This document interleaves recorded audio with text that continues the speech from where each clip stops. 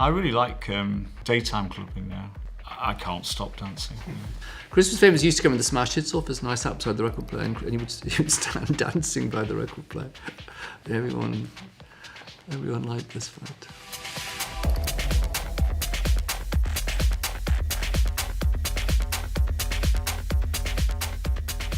The starting point for this album was the end of the last album, which is called Electric. It was produced by Stuart Price. We recorded all the songs in alphabetical order. So the final song was called Vocal. And it was our favourite track on the album. And it was very, what you might call, banging. And we decided with the follow-up album to that, Super, we were going to begin where we'd left off with the last album, by trying to make a series of very banging, very electronic pop songs that you could dance to. This album and the last album are the only records we ever made that didn't have other musicians or strings or guitarists on them. So what's really happened to us in the last few years is we've become electronic purists. I think we've sort of subconsciously plundered dance music from the past without really thinking too much about it. So there's a track later on the album which sort of has a trance feel to it, and I think it's probably harking back to, you know, happy times of, you know, being in clubs with your mates.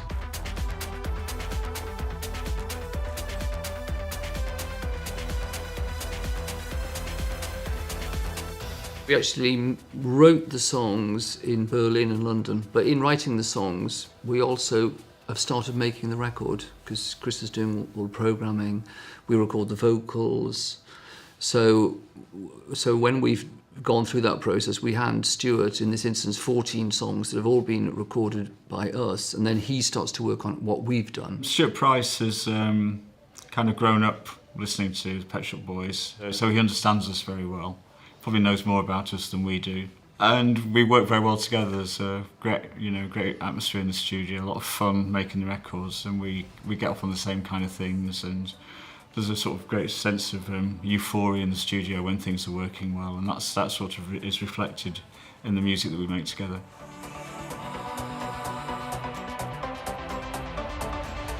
Super was Chris's idea, and that's what you said. I did.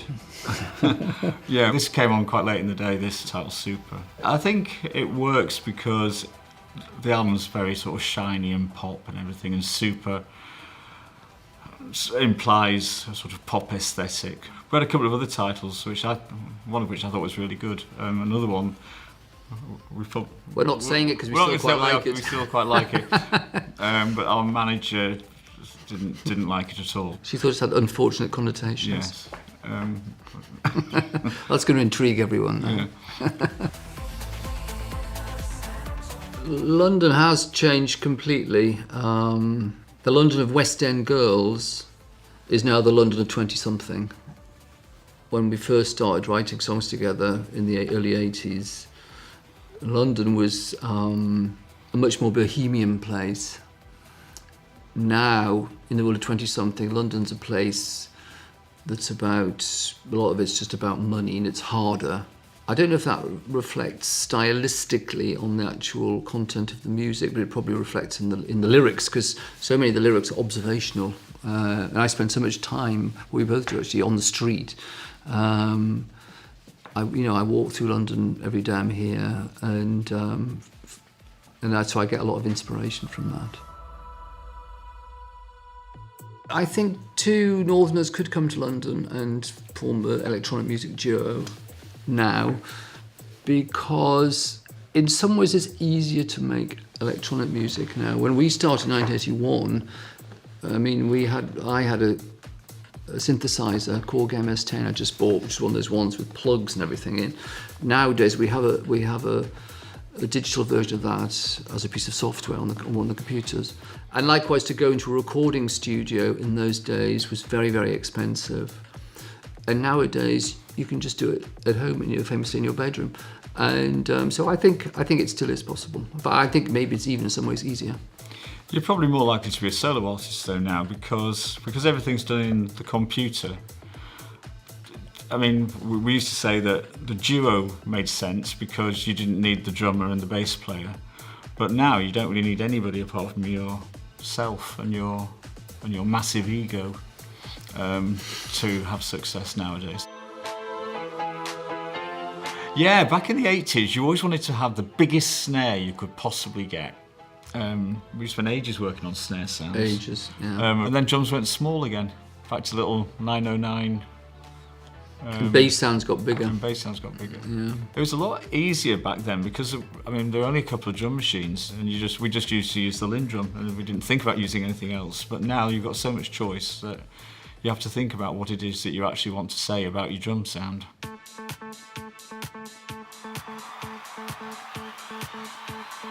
As ever with our albums, they're a sort of one function they have is a picture of the world at the time they're made. And no one can deny we live in a very narcissistic age of selfies and social media and reality TV and tweets and humble brags and all the rest of it. And Groovy is a sort of celebration of that, really, I think.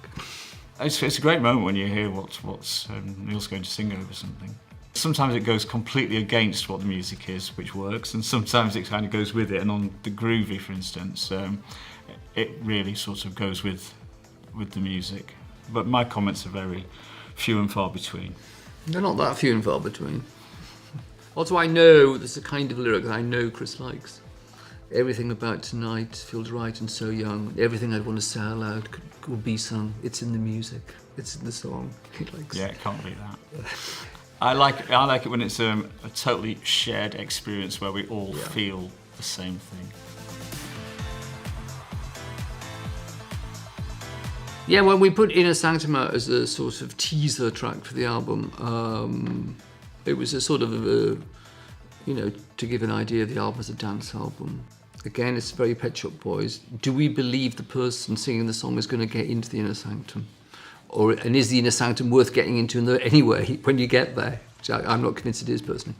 So I think it's the dream of EDM that you're in the best bit of the best club with the best people, with the best alcohol, etc. And you've made it.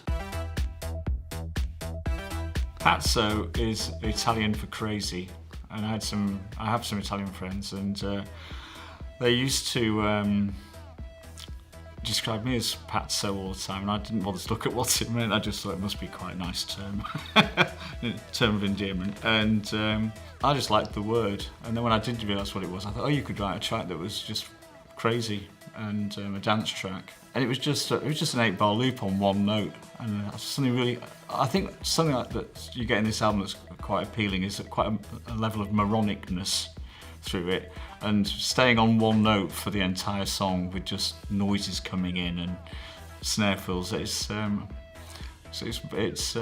that quite appealing. But we always think something that's moronically catchy is just a piece of luck, really. It's just pure inspiration. You can't intellectualize it. You can't work your way to it through some kind of thought process. It just appears out of nowhere.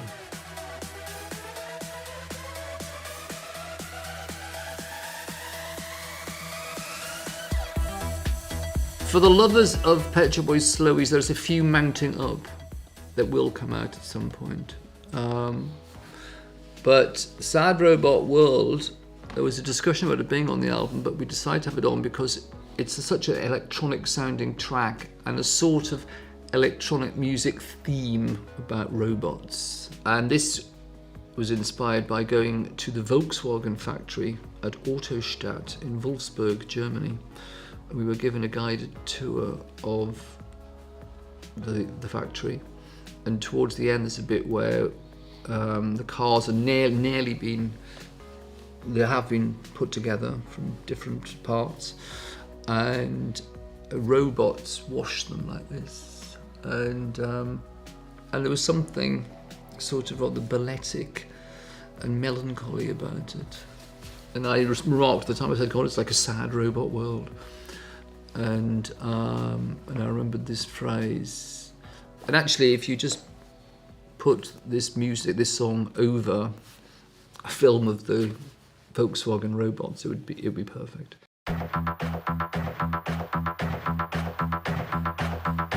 This song, it was very nice and it sounded lovely on electronic instruments, and I started to sing a sort of Brian Ferry-ish thing over it called "Why Do I Love You," and Chris actually thought it was too wet, so he carried on working on the track, and I flicked through the. I don't know why I'm going like that because it's all on my phone. Flicked through the archive to see what I had, and then I said, "Oh, The Dictator." It was originally called "The Sad Dictator." And I'd written this lyric as a poem, really. And I just had the idea that you get these dictators in the world, like in North Korea or in Syria, where they've inherited their positions from their father or from their family. And they're sort of trapped. And I just had this sort of slightly whimsical idea that supposing the dictator, like all of his subjects, wanted to be free as well. And anyway, I'd written this entire thing, it was all written, and I realised it fitted the music. And so I said, "Oh, let's try this idea." And Chris said, "Oh yeah, that's better." Well, actually, the Royal Opera House wanted the Pet Shop Boys to do a thing at the Royal Opera House, and they've been asking us for years now. You know, we've always liked to have a major event on the go, like performing Battleship Potemkin in Trafalgar Square and all the rest of it. And this is very much in that kind of lineage. There might be a lot of smoke and mirrors, literally. Literally smoke Literally and mirrors. smoke and mirrors.